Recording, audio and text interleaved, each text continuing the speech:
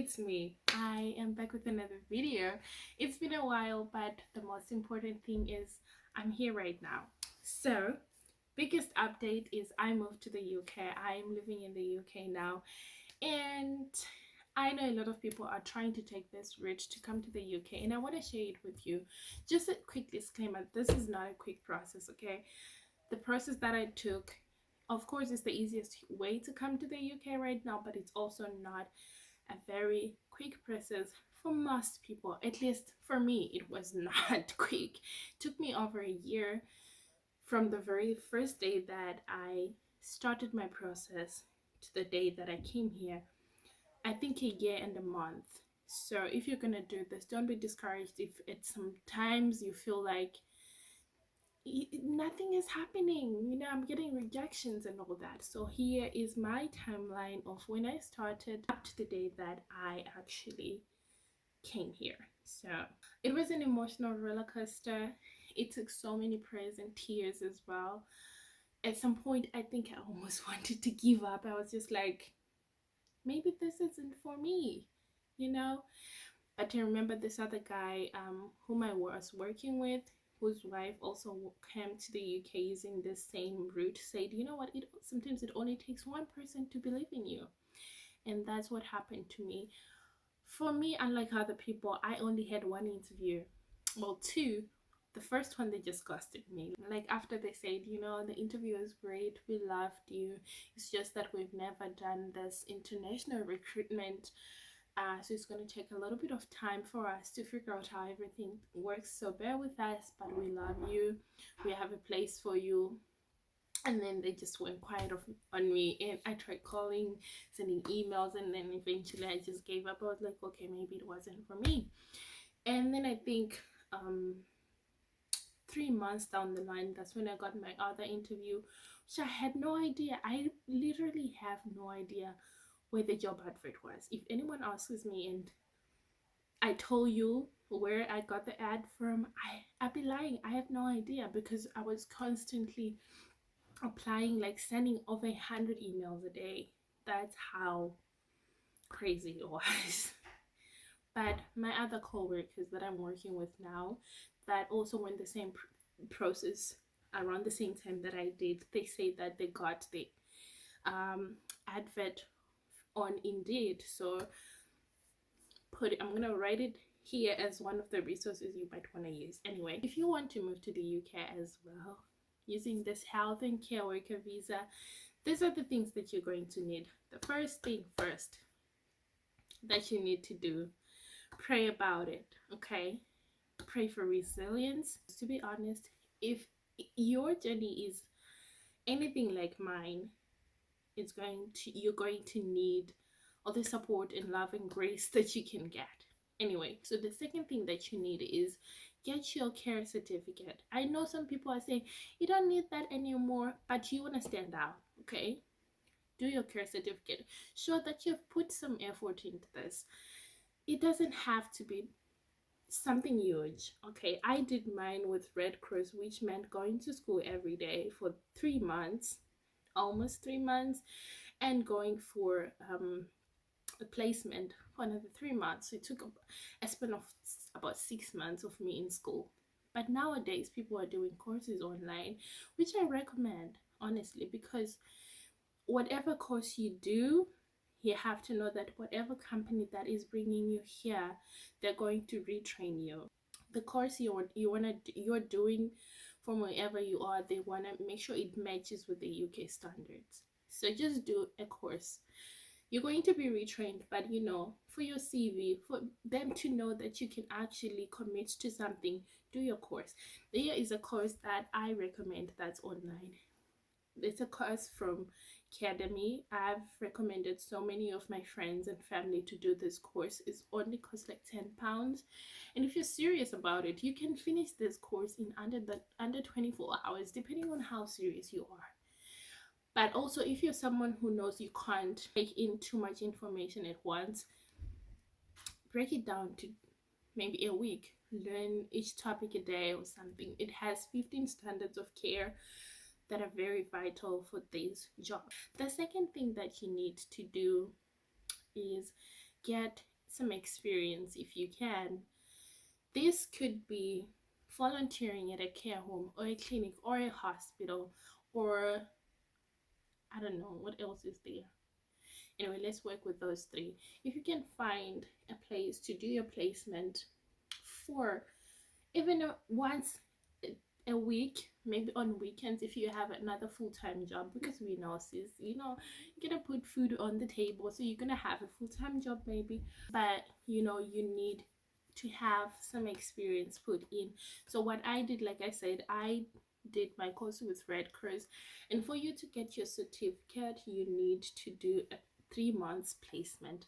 So I was working at a clinic back home, which I was only going weekends as well because I had a full-time job. I'm a tech girl, and I had to learn. It's a whole different industry, so you have to learn a lot of things, which is fun because you have people that will help you if you're lucky. I hated where I was working at the clinic. I didn't hate the job. I hated the culture of, you know, the place I was working at. It was not a very nice place. The bosses, the other senior nurses, they were not, they just made life really hard. And at some point it was not very busy at the clinic, so you'd just go there and probably sit all day and cook and clean, cook for the other senior nurses and do the dishes. I hated it. I did, but I knew that it had to be done. So experience that. That's the third thing. Prayer, care, certificate or course, then attachment. These are just as important as the other things that we're gonna have on the list. Anyway, so you've got your experience, you've got your course, you've got your prayer packed in. The next thing that you need to start working on is your driver's license. If you don't have a driver's license, which I know a lot of people are working towards getting their driver's license back home, get your driver's licenses, because one, most of the companies that are hiring here in the UK, they are hiring for domiciliary care, which is when you have to drive to patients' homes to, you know, administer medication, you know, and stuff like that. So you need to drive, you need to be able to drive. Therefore, you need a driver's license. The earlier the better, because what I had to learn when I got here is insurance is, I don't want to say the word. So the fresher your license is, the more you're going to have to pay for your insurance. It's crazy, right? I know. And in most cases, it's what other people are going through, because people are getting their driver's license when they are starting this process, which is, I know, it shouldn't be like that, but you know what, life throws all things at us. So anyway, get your driver's license, learn to drive. I also noticed that most cars, the cheapest cars you can get here in the UK are manual cars, and if you can't drive a manual car, you're going to be forced to get an automatic car, which are a bit more expensive than getting a manual car. So be able to drive a manual car. If you can afford to get an automatic car, then why not? You can also do that. So get your driver's licenses. Second thing you need to start working on is your IELTS or your ACTIS assessment. So IELTS is for, anyway, actually anyone else can take an IELTS, I think, for this journey. Anyone who wants to, who needs to as well. Even if you have a university degree and you want to take IELTS, cool, you can. I think IELTS is $345 back home in Zimbabwe. I personally didn't take IELTS. I did ACTIS, which is a UK qualifications association, kind of, where you can submit your university degree or university masters or whatever you have to assessed using UK standards. Make sure that you can meet the language requirements. So your degree has to have been taught in English, so you get a letter from your university. I personally went to Genoa University of Technology. So what you do, you write them an email. Hi, I am Marina, I'm trying to apply for a UK visa and I am required to have a letter from the school saying that I did my degree in English. They already know this, so they will just, I think it's a matter of them just, they have a template, so they just change your name into degree qualification, they send it to you. For mine, it was a very quick process.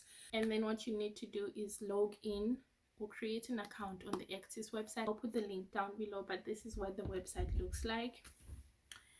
And then you submit your papers. It usually takes, it says it should take at least 10 working days. Sometimes it takes less, sometimes it could take more, but it's cheaper than getting an IELTS certificate, because I think it's 100 and no wait, I will put the price here. I don't want to give incorrect figures, but it's definitely cheaper than getting your IELTS certificate. And also you're guaranteed to not fail. I don't test well, so I was afraid that if I take an IELTS test I will probably fail, but anyway, that's what I did. So now you have your IELTS certificate. The next thing you need to start working on is your TB test. So from Zimbabwe, there's only one place guys, you can get your TB test, which is the IOM offices that are close to Belgravia shops in Harare. That's where you can, that's the only place in Zimbabwe. So people even from Bulawayo or across the nation, they only can get their TB test at that IOM clinic. Don't let people lie to you and say, oh, my doctor, he has a surgery and they do TB tests. Yes, they can, but only the IOM certificate is recognized. It's recognized by the UK government. So it costs $165 to get your TB test. I've heard that they might have increased the prices. I'm not very sure. Anyway, so now that you have your TB test, you have IELTS, the next thing you need to do is get your police clearance. This you can get, I think, from anywhere, but what I know is that you go to a police station and they take your fingerprints and then you go submit it. The CID headquarters, the one I know, is in Harare. I think it's 8th Avenue. That's where it is, close to the Greenwood Park. That's where you can also, some people go to Murray Step, well, I don't know, it depends with where you want to go, but it's quite easy to get it. Mine took 7 days to come out, which is great. It's cheap. It's like it's literally free. The amount of money you pay there, it equates to nothing right now. So if you wanna, there are ways. I think if you want a quicker process, you can pay more to get it done quickly. But I mean, like, what's the rush? You still have to apply for the job. Mind you, you haven't gotten a job yet. I haven't talked about getting a job, so you have time. So now you have your police clearance. Now you need to start applying for jobs. You could start this applying for jobs way before you get your TB test and your IELTS and all that, but it's not for everyone. Just get your papers ready. I'm saying this because for me, when the employer that I'm working for now, when they reached out, the first thing they asked was, please send all your documents before we go any further with your application. So if you're ever in the situation that I was in, you might need to do all your papers first. Start applying, sis. Join WhatsApp groups, Facebook groups. Now there's people who are using Telegram. People are using Telegram. They have groups, and try to join as many as you can. Be in a community with people with the same goals with you. You will never know. They will help you. They even will help you with, because I've heard people who took the wrong IELTS. You have to know which one you have to get. The UKVI General, that's the one you should take. I hope I'm not wrong than this. You should take the UKVI General, not academic, not anything else. That's the general. So get into those groups, get tips. Also look out for scammers, because in these groups as well there will be people scamming you. Okay, There'll be people scamming you, people telling you you need to pay money to get a COS. Oh, you can't find free COSs anymore. Only people who started or who did this process 2 years ago managed to go. I'm telling you, sitting here, I did not pay a dime on my COS. Nothing.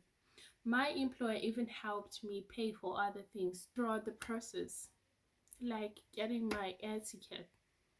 So there are still sponsors out there that are free, and I do not think that it's legal for you to pay for a job. I know it sucks. I know that, because you've probably been applying for 2 years. You've been applying for a long time with no response. But so in so many cases, I've heard people that pay for their COS, which is a certificate of sponsorship. I'll talk about it later. In so many cases, those people who pay ridiculous amounts of money for a COS, they get here and the job or the employer do not have the working hours, because now what they're doing is the employer is using that as a source of income. So selling that COS to you for £5,000, for example, £7,000, for example, if they sell it to 10 people, that's £70,000 that they're getting for free, you see. So let's talk about the places that you can apply for jobs in the UK for this care worker job. First, I've said Indeed. Log into Indeed, create account on Indeed, update your profile, upload your CV and your cover letter, apply much times as you can. Second place is your LinkedIn. Create a LinkedIn account if you don't have one, update it, switch on the notifications so that when there are jobs that match your profile, you get an email notification every time, and apply. Try to reach out to people directly, to companies. So you have Indeed, you have LinkedIn. The third thing that you can try to do is call. When you say on Google, you search in care jobs in London, for example, and it gives you a list of the care jobs in London. Go to the company website, get the phone number, call. Hi, my name is Arina and I'm calling from Zimbabwe. I wanted to find out if you guys are hiring internationally. If they are, they'll tell you, and they'll give you the correct email address for international recruitments. Because what's happening is, those are the emails that are on their website. For example, info@Servacare. It means that they're getting adverts, they're getting spams, they're getting scammers. So it's probably difficult for them to, sort out the important emails. So just try calling if you can. I know it's expensive, but it's worth it. It probably will save you. I wish I had known this at the very beginning. The other thing that you can do, which I used the most, was using the UK government sponsor list. So if you go on the UK government website, they have a specific tab for where you can look for sponsors or companies that have a sponsor license. That means that they are allowed to sponsor internationally. I'll put the link of that in my description. Try it. So what happens is an Excel sheet that they update every day except for weekends. So it's companies that have the license. Companies are added every day. Companies are removed. So you have to make sure that you keep updated. It's a lot. For me, those are 4 of the main sources of sponsors where you can get genuine sponsors. There are other ways, I'm sure, out there, like Facebook, like Total Jobs, like CV Library, but unfortunately with CV Library you can't actually use it for long if you don't have a UK address. So now you've applied for a job, you've had interviews, you got a job offer. Congratulations, ma'am. Congratulations, sir. If you're lucky, you probably don't need to wait for so long to get a job. Because for me, I had to reapply for a TB test and a police clearance because those things expire in 6 months. Like I'm saying, my process took a span of about a year and a month. So my TB test, at some point when I got the job, I only had a month left. When I got the official offer letter, I only had a month left. What happens if my process is a bit delayed, which it was. The time that I got an offer letter to the time that I applied for my visa, it took over 3 months, I think, maybe 2.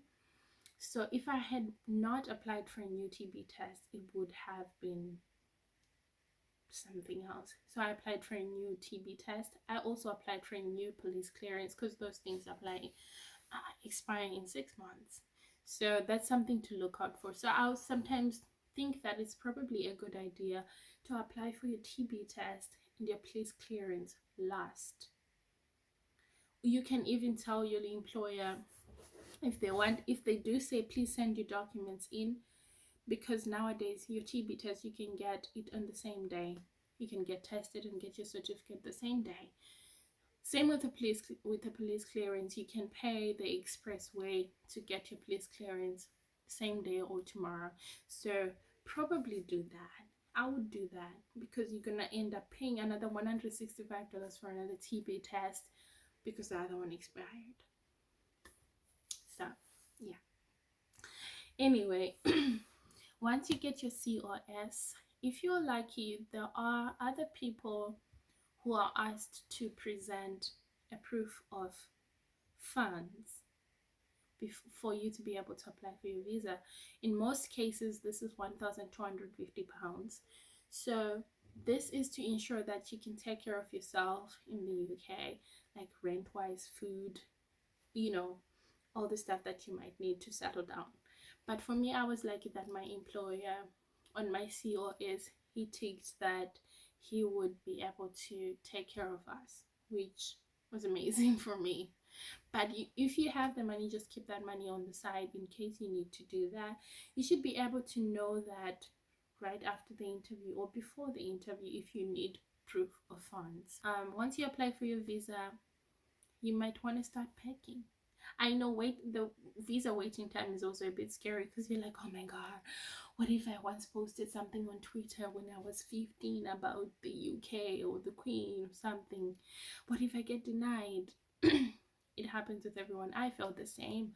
My visa came out on the 7th working day. Yes, but I know some other people, it come out even earlier.